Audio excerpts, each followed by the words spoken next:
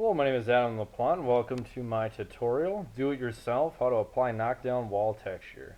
Today we'll be going over how to apply knockdown texture to new drywall surfaces as well as existing drywall surfaces. This will be a 25-step process covering 5 major areas. We'll go over the required tools and materials, preparation, application, troweling, and then touch-up and finishing. First of all, let's go over the required tools and materials that we'll need for this project. All of these can be found at your local home improvement center, such as a Lowe's, a Home Depot, or a Menards. And if you'd like to rent equipment such as the air compressor, you can rent those at a place such as a Rental. First, you'll need a portable air compressor. I like using one with wheels such as this Porter cable. You don't need a high capacity air compressor for this, as we'll only be using about 30 to 40 psi. Next, you'll need a flexible air hose. Each section usually runs about 50 feet. If you're going to have your air compressor in the same room you're working, this will be easily sufficient to cover the area. Next, there is the hopper gun, which you can find it at any retailer of home improvement goods for about $75 to $150. This one has a 45-degree adapter on the hopper so that it's easier to spray against the ceiling without pouring that plaster all over and making a mess. You'll need a spray gun that has a 1/2-inch nozzle on it for this particular project. Next, you'll need a knockdown trowel. They come in many different varieties, but I would recommend a plastic bladed one such as this. They're a lot more user friendly. This one is an 18-inch blade on it. That will usually work for about any size drywalling project around the house. You also need an electric drill. I use a cordless 18-volt DeWalt drill. The only real requirement with these drills is that they have a 1/2-inch chuck to be able to take the mixer. A corded drill is actually a lot easier to work with since you don't have to recharge batteries constantly. With a corded drill, make sure that it is about 8 amps of power to it so that it has adequate motor for mixing with that larger bit on it. Next, you'll need a paddle mixer to mix your drywall. Any kind of drywall mixer will work just fine. The paddle mixer does a very good job of taking all the lumps out of the drywall as you're mixing it. While at your home improvement store, make sure to pick up some sanding pads as well. I would recommend some 100 grit sanding pads. These foam pads are a lot easier than regular sanding blocks and sanding paper since they are flexible and they work really well for creating a smooth surface and working into corners. Keep a heavy supply of rags handy, as you'll be using them a lot to clean off tools and to wipe off your trowel blade as you go along. Keep 5-gallon buckets handy for mixing and to have water available for washing off your tools. Do not keep buckets around like the one on the left that are dirty, as they will kind of taint the plaster mixture. Moving on to materials, you'll need some SHEETROCK texture mix. I use SHEETROCK brand Unaggregated wall and ceiling spray since it works so well to create a smooth textured finish. You don't want to get anything that's aggregated, as it will create streaking or an overall uneven look to your wall finish. Keep plenty of water nearby, as you'll be doing a lot of mixing and washing along the way. Keep a garden hose handy, or a wash tub sink, or even a bathtub nearby so that you can constantly have access to fresh, clean water. Pick up some primer as well, enough to cover 2 coats for the area that you'll be working in, as that is part of the finishing phase of our project. To keep the areas clean that you do not desire to get dirty, keep tape and painter's plastic handy. This way you can cover up any outlets, light switches, openings, or windows nearby. Getting started on our project, we'll start with step 1.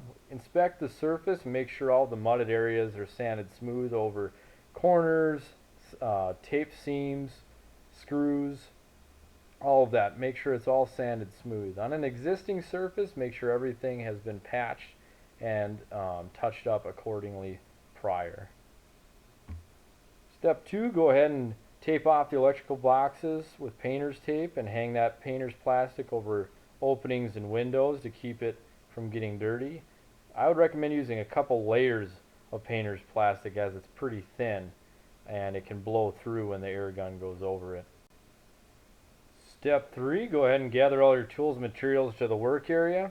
Make a kind of a checklist to make sure everything's there and you don't have to scramble in the middle of the project to find something. And set up all your tools organized off to the side so it's not in your way, keeping everything available yet functional.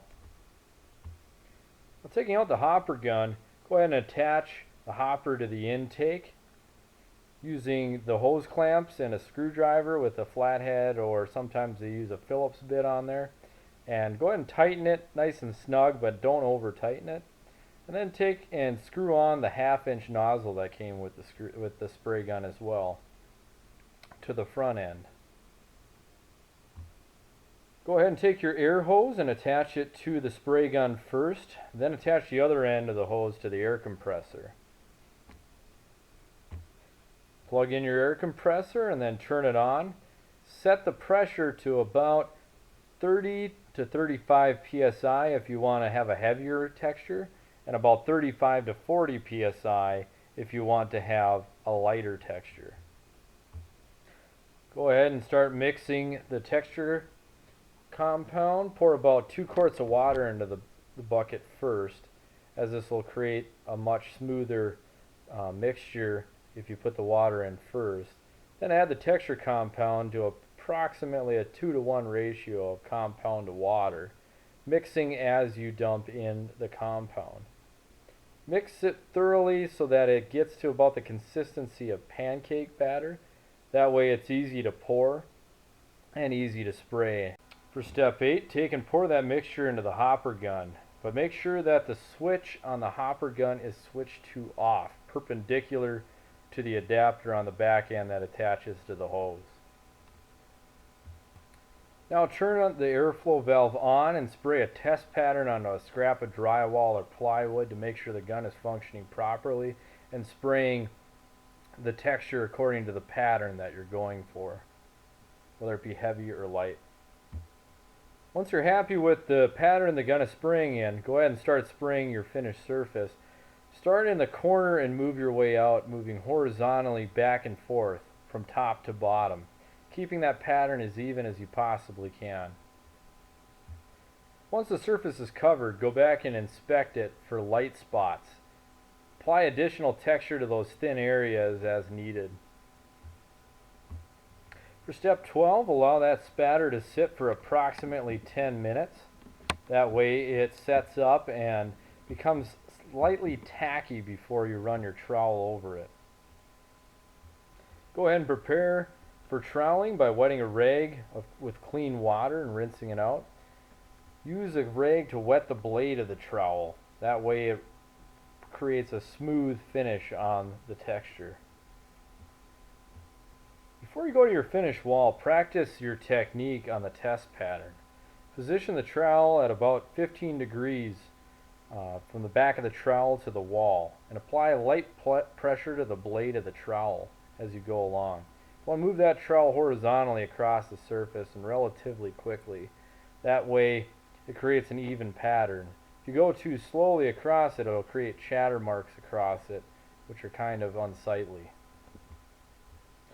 Now that you're comfortable with troweling on that test pattern, take your technique over to the finished wall and begin troweling the surface. Start in the corner and work horizontally across the surface from the corner out. Run the trowel across as straight as possible to keep a good even finish look. If you put any waves into that trowel, it'll show up right into the texture. Again, for the best results, do as you did when you sprayed it in the first place and start from the top, work horizontally across, top to bottom. Between each swipe of the trowel, it's key to wipe the trowel blade off with a wet rag after each pass.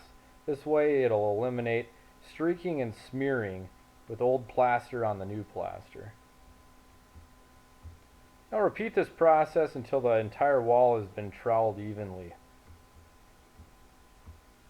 Once you've covered the entire area, go back and inspect the pattern for any streaking or areas that were missed. Carefully touch these spots up with a very light amount of pressure.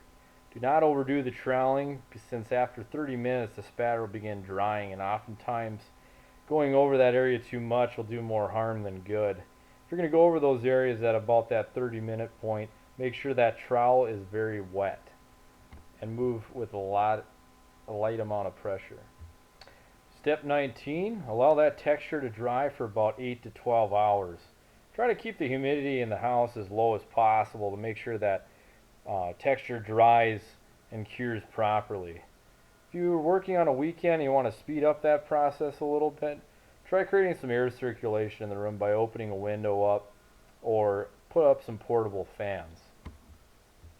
Now it's time for cleanup. Wash off all the excess texture from the blade of the trowel first so it doesn't dry out and it'll be clean for the next use. Then disassemble the 3 components of the spray gun and wash them out individually in the sink or with a garden hose, making sure to get all that excess residue out of there right away before it begins to dry. Thoroughly clean out that intake as well on the top of the gun and take off that 1/2-inch nozzle and clean it out.